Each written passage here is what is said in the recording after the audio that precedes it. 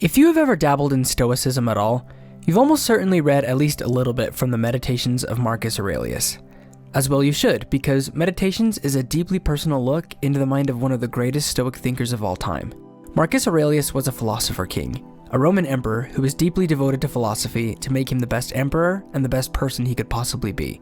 It's perhaps this that makes one line in particular stand out so strangely from the rest of his writings. In Meditations, Marcus Aurelius writes, "But thrust away the thirst for books, so that you may not die grumbling, but thankful to the gods graciously, truly, and from your heart." This line seems a little odd, especially coming from Marcus Aurelius, a great thinker and philosopher, who surely put great emphasis on the pursuit of knowledge and right thinking. Why would a person like this want to curb a desire for books? Well, the honest truth is, we may never know the real answer to this question. Meditations was some of Marcus Aurelius' personal writing, largely to himself, and so there's a vast number of personal meanings this passage could have had for him. That being said, Marcus Aurelius is not the only person to have cautioned against excessive reading or learning. Albert Einstein once said, "Reading, after a certain age, diverts the mind too much from its creative pursuits. Any man who reads too much and uses his own brain too little falls into lazy habits of thinking." To Einstein, one of the dangers of overreading was squandering your own ability to think creatively and outside the box. But there's a little more to this question than just losing a little bit of creativity. In the Poetic Edda, a collection of poems and writings from the Viking Age Scandinavians, it is written, "You should only be a little wise, never too wise.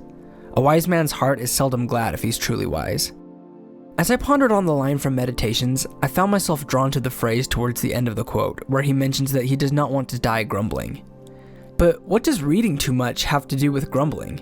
As I was reflecting on what he said, I thought about some of the things in my life that have led me to be bitter and complaining. I was reminded of one of the biggest things that has contributed to reducing the overall negativity in my life, which was getting very careful about what kind of media I allowed to enter my system. A little while over a year ago, I noticed myself getting very anxious and frustrated in my life. I was starting to think and talk very negatively, and I wasn't feeling very good about the world I lived in. I knew something had to change, so I started closely examining my media diet. The first thing I did was to stop listening to, reading, or otherwise consuming the news in any form, almost completely. I noticed an immediate change in how I felt. My anxiety was reduced to literally about a tenth of what it had been almost overnight. Later, I noticed a similar downward spiral as I started using Twitter regularly, and I found a similar upward trend once I stopped using the website. Nowadays, I still watch very little news, I spend very little time on Twitter, and I basically have as little to do with social media as possible. I also watch very little television and listen to very few podcasts, but critically, it's not because I think television is a waste of time or it rots your brain. There are several shows that I really do like, and I don't feel bad about watching them at all. It's just that now I'm extremely choosy about what shows I do choose to watch, and the same goes for podcasts and even books. I've also deleted about 2/3 of my music library in the past couple of years, and I don't just listen to random music as background noise anymore. When I listen to music, I think of a specific song I want to listen to, and I have a reason for wanting to listen to it. And when I'm done with the song or songs I wanted to listen to, I turn my music off. Overall, I've just kind of realized that there is basically an endless supply of media in all forms for us to consume, and honestly, a huge percentage of it either provides no benefit or is straight up detrimental to our well-being.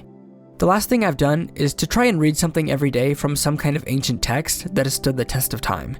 If you've been on the channel for a while, you'll know the Tao Te Ching comes into this category, but this can also include texts like the Quran, the Bible, the Poetic Edda, or even classic literature. These texts are still around for a reason, and their lessons are just as relevant to us today as they were when they were written. Otherwise, they would have been thrown into the dustbin of history long ago. History does not save irrelevant things. This is why we still read the Iliad, but not gossip tabloids from ancient Greece. I hope this doesn't come off as me being snooty, highbrow, or elitist about my media consumption.